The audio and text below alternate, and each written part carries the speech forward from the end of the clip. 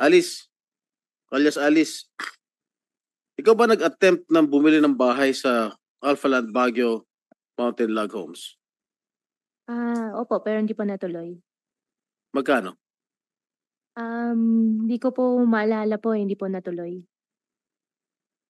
Pero nag-attempt ka bumili ng Naging mag-purchase? buyer po. Ha? Naging po, opo. Naging buyer ka? Kailan? Hindi ko na rin po maalala nung year po eh. Hindi mo laging ganun ang sagot niyo, no? Hindi niyo maalala. Papaalala ko sa'yo, November 10, 2022. Alright? Hindi natuloy. Bakit hindi natuloy?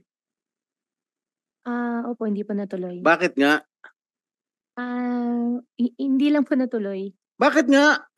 Opo, pero Bakit nga? hindi po natuloy. Eh, nagpa-purchase ka, nag-apply ka ng bibili ka ng bahay, sabi mo hindi natuloy. Bakit nga hindi natuloy? Yun lang ang tanong ko sa'yo. Opo, hindi lang po natuloy po. Sinungaling to itong babaitang to. Okay.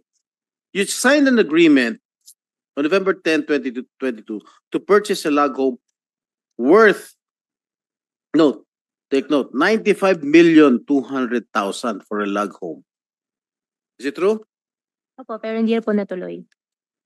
But you attempted to purchase. And that's why I'm asking you, bakit hindi natuloy?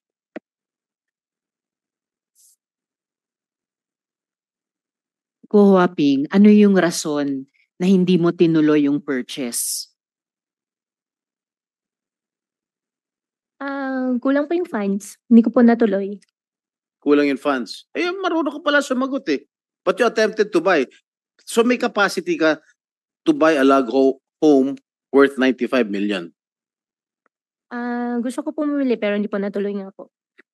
Saan mo sana kukunin yung funds? Kung sakaling natuloy.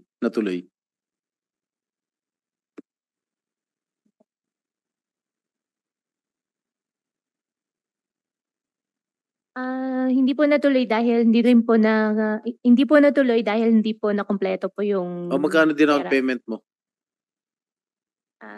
Down payment po is 15% po yata. So hindi mo na na-recover yung down payment? Na-forfeit na ba yun? O sinuli sa'yo ng Alpha Land? Wala pa pong usapan po dun. So ano mangyayari doon sa 15% down payment mo? Hindi mo na susubukan na i-recover? Dahil hindi na natuloy? I-recover po. Hmm? I-recover po.